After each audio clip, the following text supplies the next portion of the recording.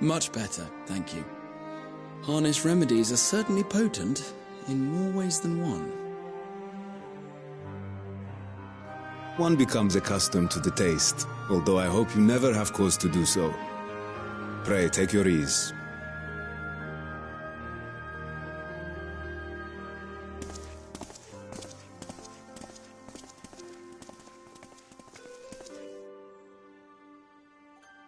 Full glad I am to see you all unharmed.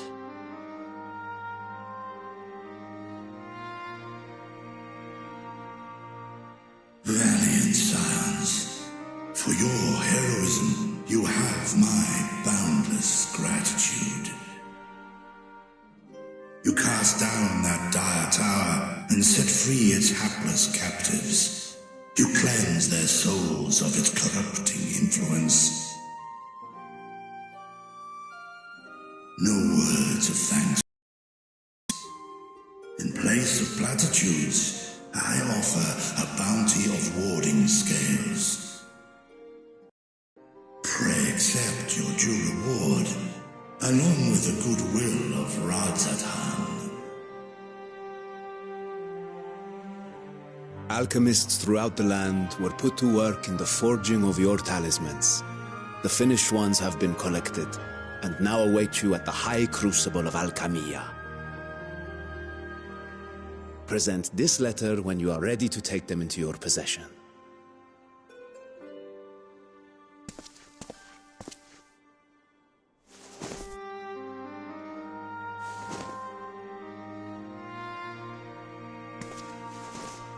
We are humbled by your generosity. Of Radzat-Han will be vital in restoring serenity to our star. Every single one of those scales came from you, didn't they? You must still be in such pain.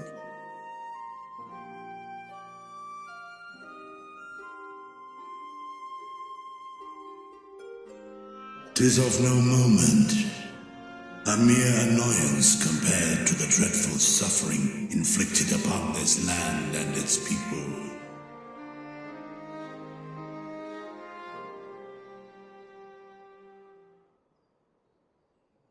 Albeit brief, my involvement in the Dragonsong War afforded me a glimpse of the myriad sorrows which consumed both dragon and man. Though you were half a world away, such tragedies as befell your kin must have affected you deeply.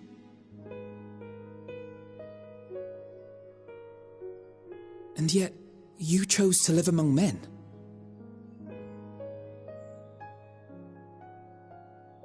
In the age when that conflict first bloomed, my choice had already been made. In some distant place, man slew dragon, and dragon slaughtered man. Yet no hate could I muster for those smiling faces which did look to me for guidance. Not even my brother's righteous rage could rally me to his cause. I huddled here, secret and still, hoping against hope that which I had built would remain untouched by the chaos and carnage.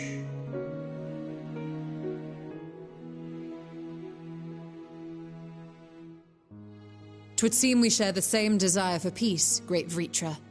To that end, I wonder if we might trouble you with another question. The Telophoroi are intent on recreating the final days, an apocalyptic event which we know to predate the sundering of the star. As the longest lived among us, know you aught of this terrible cataclysm?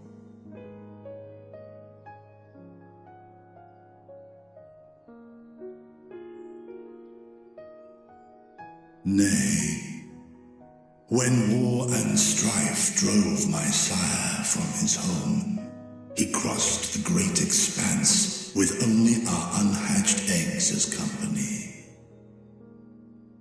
He alighted upon a shattered source, its 13 reflections long since scattered beyond the rift.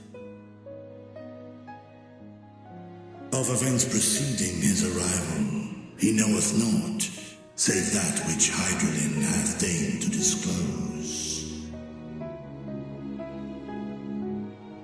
I see. So again, 'tis the inscrutable Hydaelyn to whom we must look for answers.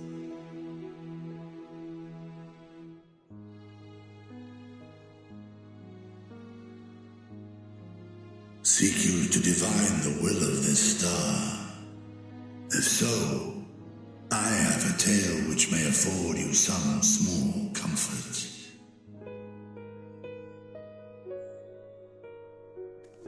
'Tis a story from my youth, many, many years ago. To my sire, I once posed the question, of all the stars in the sky, why didst thou settle upon this one? To which Midgardsummer did reply, 'twas the last bastion of hope. He believed so long as Hydaelyn endured, so too might dragonkind. Solemn and portentous were his words.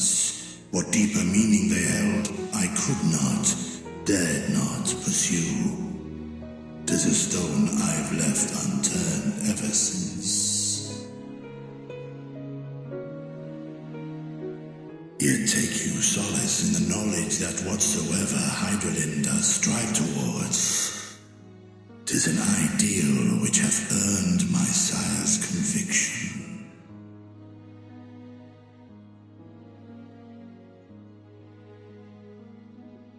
Thank you, Vritra. You've given us warm reassurance in a world gripped by cold uncertainty.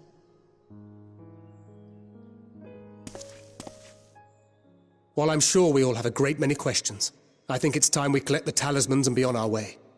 Our fight against the Telophoroi is far from finished.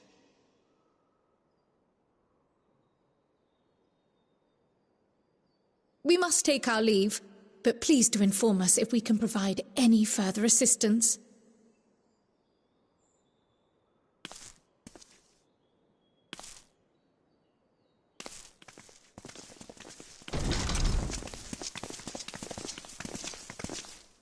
Prithee, a moment.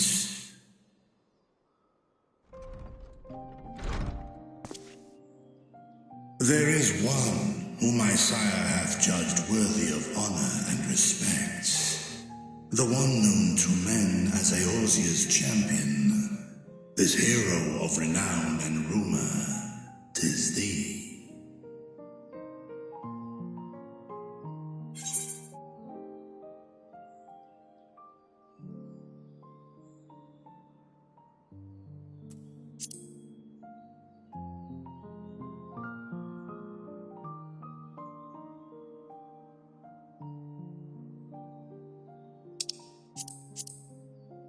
In accordance with the covenant he forged with Hydralyn, the stewardship of this star hath ever been his purpose. Silence in the face of thine actions is the greatest sign of his approval.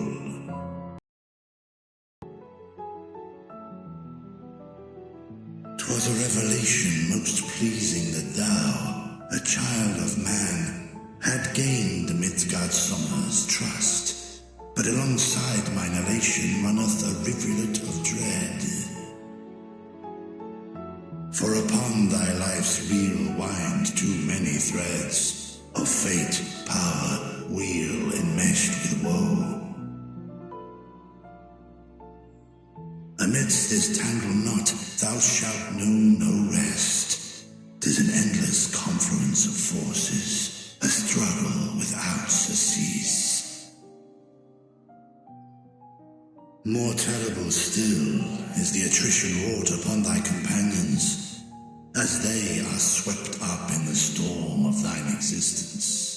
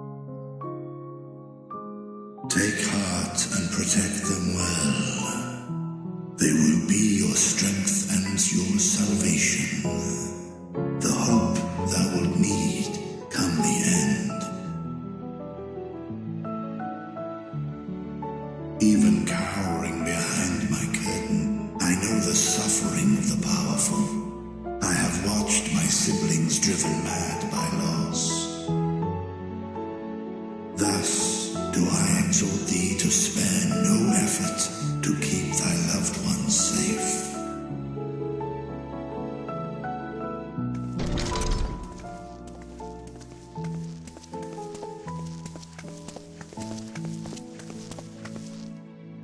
Apologies.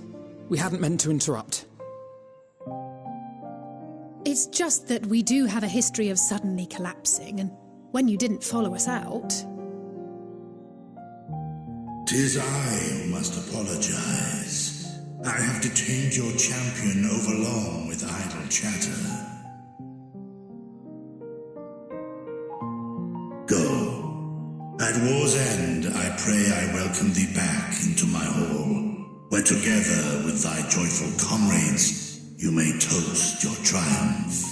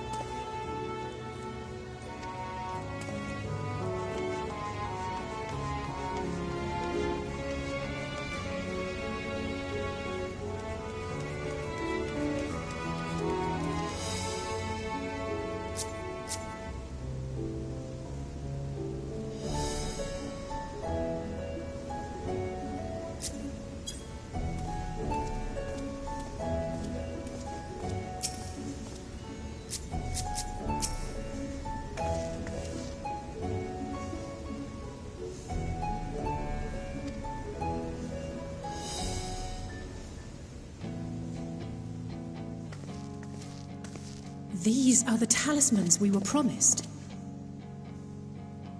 Yes, and I made a quick count. There are far more than we could have hoped for. Enough to outfit an entire company of soldiers, in fact. Considering the involved process, that they were able to manufacture so many in such a short span of time is nothing short of a miracle. Once we have distributed them to our allies in Eorzea and the Far East, we'll have a fighting chance to bring down the other spires, just as we did with the Tower of Zot. Or we could use them to invade Garlemald proper, and strike directly at the Telophoroid's base of operations.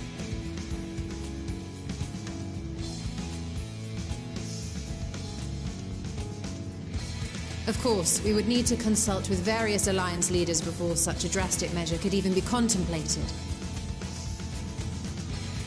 To which end, I could set out forthwith and present the idea to each of our allies in person. Pray allow me to undertake some few of those journeys. I find myself restless and in need of purposeful duties. I can head eastward. Bosnia and Dalmasca are just a short hop from here. And Doma's shinobi network should come in handy for passing on the word. We shall share the burden then. Meanwhile, I think it best that you and the others take the talismans back to the Baldessian Annex. We must keep them safe and secure until we've decided upon a course of action.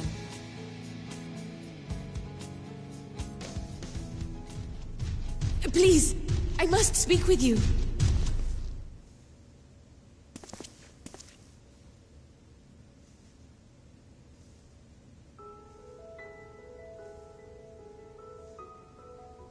Nidana, you're awake. Yes. When I spoke with the carer at my bedside, she told me that one of the scions, a young woman, had cleansed me of the tower's corruption. It seems I'd been asleep ever since the treatment. But when I awoke and learned you were all still here, I knew I had to come.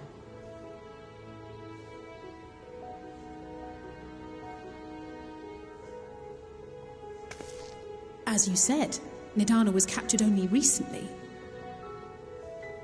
Such a brief exposure is swiftly cured, so I tended to her before we gathered at Megaduta. And I am truly grateful that you did. I cannot thank you enough. All of you, for everything you've done. Destroying the tower, rescuing our people. You've saved Thavnair from an awful fate.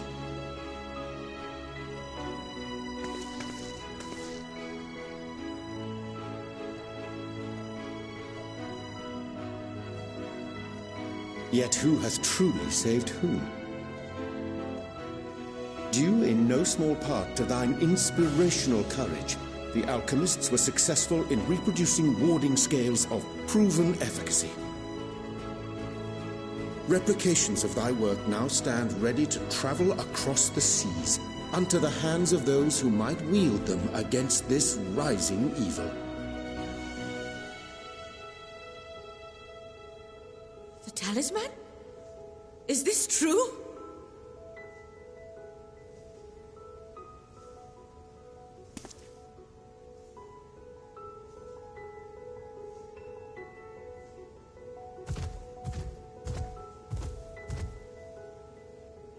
Oh, I was so groggy from sleep.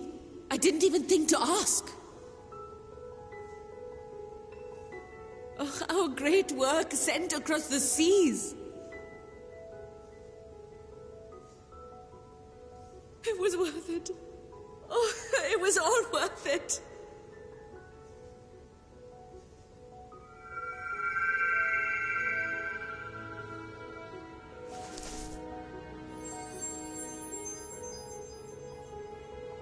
Look at that! Its color is completely changed.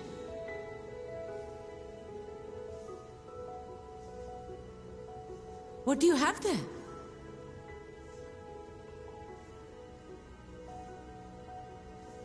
How unusual. I wonder reaction to Akasha. I'm afraid I'm not familiar with that term. Akasha? It is one of the unseen energies defined by Harnish alchemical theory. Though a gross oversimplification, some describe it as an essence influenced by feelings. You imply that it is distinct from ether? As foreign scholars often conflate the two, but we see them as separate concepts.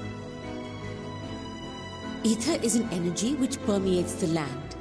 It exists within animals, objects, even the air we breathe, affecting all through which it flows. Akasha, on the other hand, exists in a domain beyond our reach, a gift bestowed from on high or torn from the heavens in some traditions. Akasha can neither be created nor destroyed. It is beyond our power to purposefully alter or manipulate. The only thing observed to influence it is an abundance of, I want to say, spiritual emotion. As a veteran of the battlefield, surely you've experienced moments of desperation or exaltation when you've transcended the usual limits of your capabilities. That is a manifestation of Akasha, the invisible essence harnessed by heart, mind, and unyielding spirit. I really must hear more about this theory. Our disciplines are based entirely upon the idea that ether is the fundamental form of all energy. I'm glad my haphazard explanation has piqued your interest. But even for us, Akasha is a somewhat abstract field of study. A lack of practical application lends itself poorly to formalized research. Which is why my analysis of your flower can amount to little more than idle speculation. I am sorry. Nonsense! You have nothing to be sorry for. Your insight is much appreciated.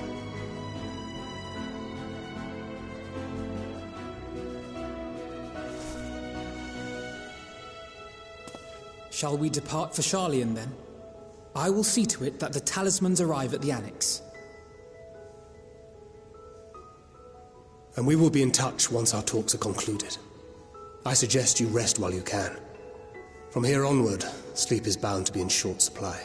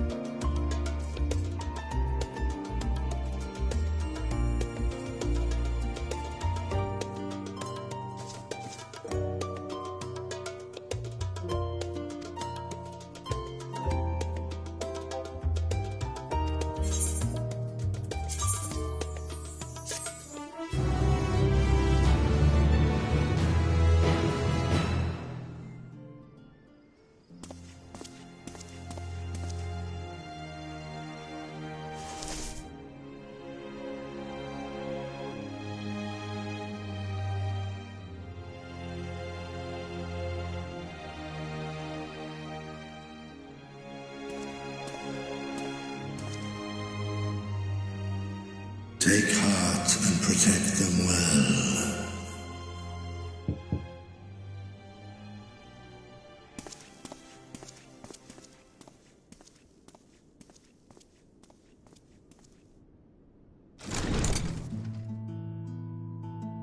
Good, you're here.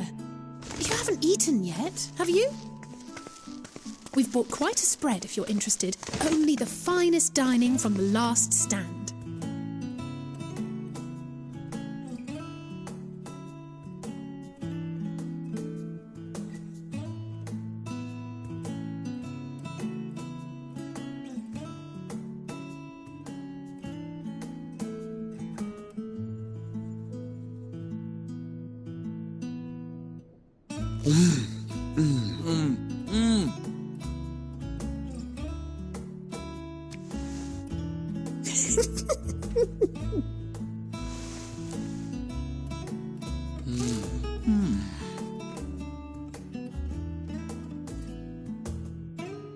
Lest you wonder, we invited Estinian as well. But he refused with a rather grim-faced, "No, thank you." I suspect Charlian cuisine is not to his liking. Oh, I don't know about that. Perhaps our lone wolf just needed some time apart. What? To perfect his brooding stare? Next time, I'll drag him out by the ear, sit him down in front of a Charlian feast, and see that he eats every last bite. An excellent idea. Of all people, warriors must take proper meals and rest if they are to maintain a healthy constitution. Poor Estinian, beset on all sides.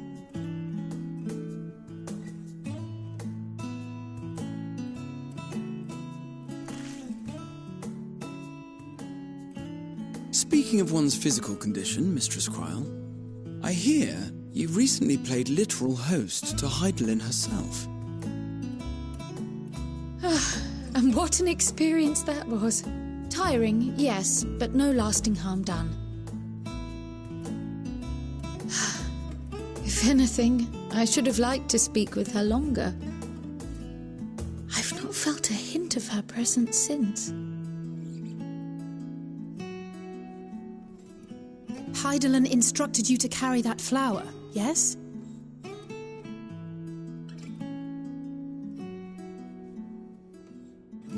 Twill be your guide, test and proof of your conviction. And then something about seeking joy in darkness, was it? Come to think of it, isn't that what happened with Nidana back in Radzat-Han? The flower did seem to radiate a joyful glow, as if reflecting the elation we all felt, the relief of a people with renewed hope.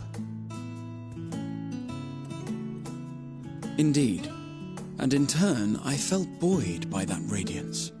'Twas akin to spotting a beacon and knowing we were on the right path. I know we've not yet triumphed over the Tlofuroi, or learned the full breadth of the Forum's plans. But even within the midst of our struggles, we find small moments of joy to sustain us. Rare and hard-won perhaps, but it is this pursuit of happiness that gives us the strength to carry on day after day.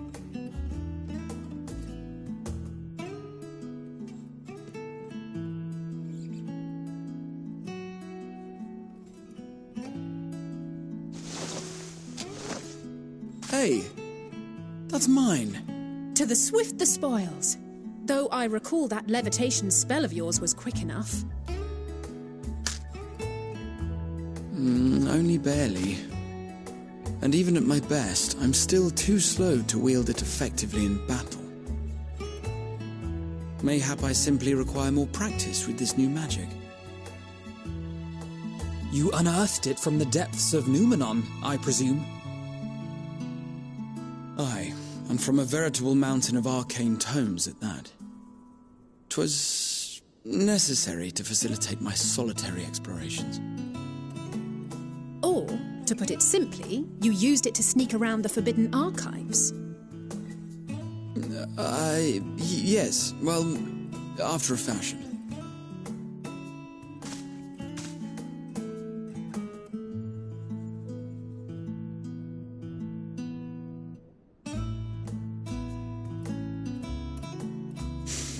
They're tall, you see. The shelves, they're too tall for me. And I could hardly move the library's platforms without attracting attention now, could I?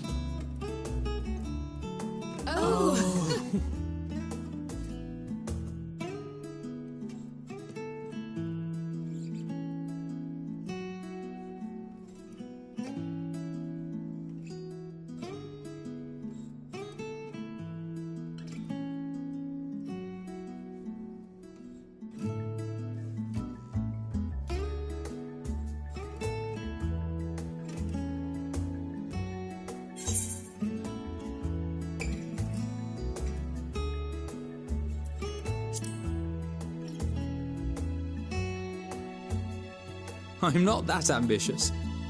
But 'tis pleasant to idle away the hours every once in a while.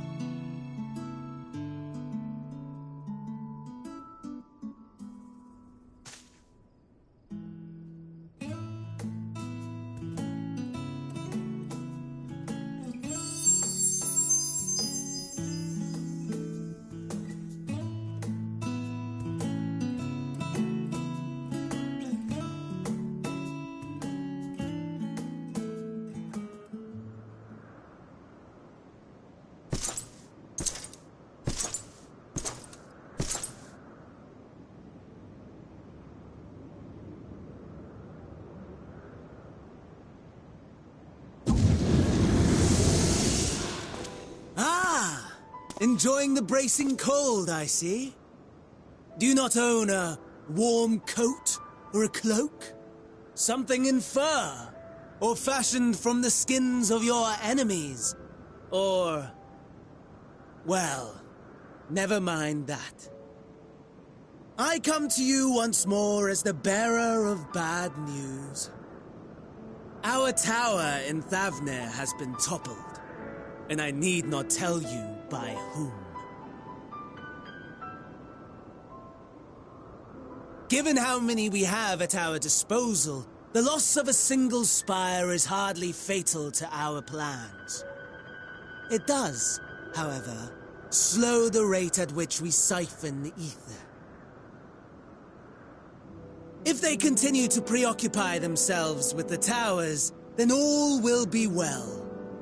But should our foe prove bold enough to strike at us here, then the timing becomes questionable.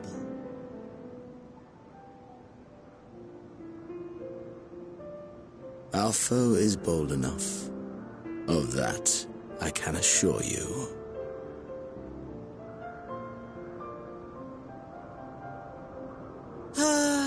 Yes, very well then.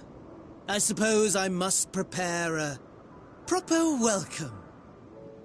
Honestly, talk of your nemesis is the only thing you seem to enjoy.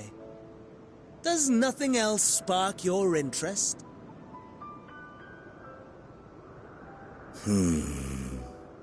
No. All else is... equal. Equally tedious. Equally disappointing. The world is a tepid bog into which we sink, too weak to thrash as the mud clings to our eyes and fills our throats till we blissfully choke. But then came the light, blinding and pure and hot, so very hot, enough to set my soul aflame. I basked in the afterglow until the void yawned once more, and then I knew the muck would never claim me again. There was naught for me ahead, so I drew the curtain on all that had come before.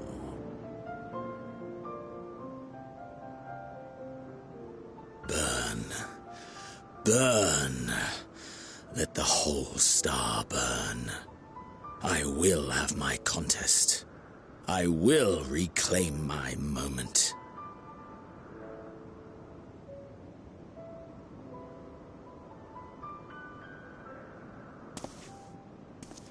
How wonderful that the emptiness of death has not dissuaded you from committing your life to its pursuit once more. I don't know whether to envy you or pity you.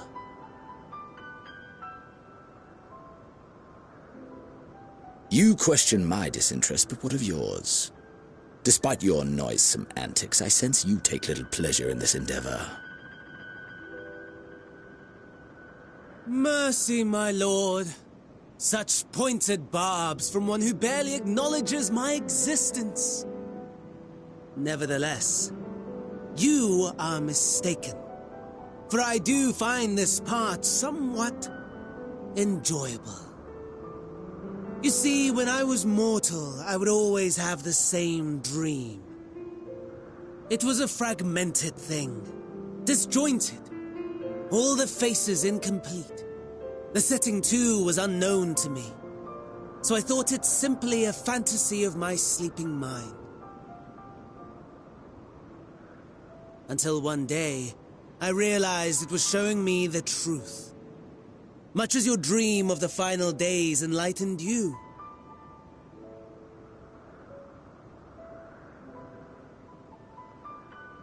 And soon, very soon, the rest of the world will see the truth of my dream, too. Yes, I think that is something we can both enjoy.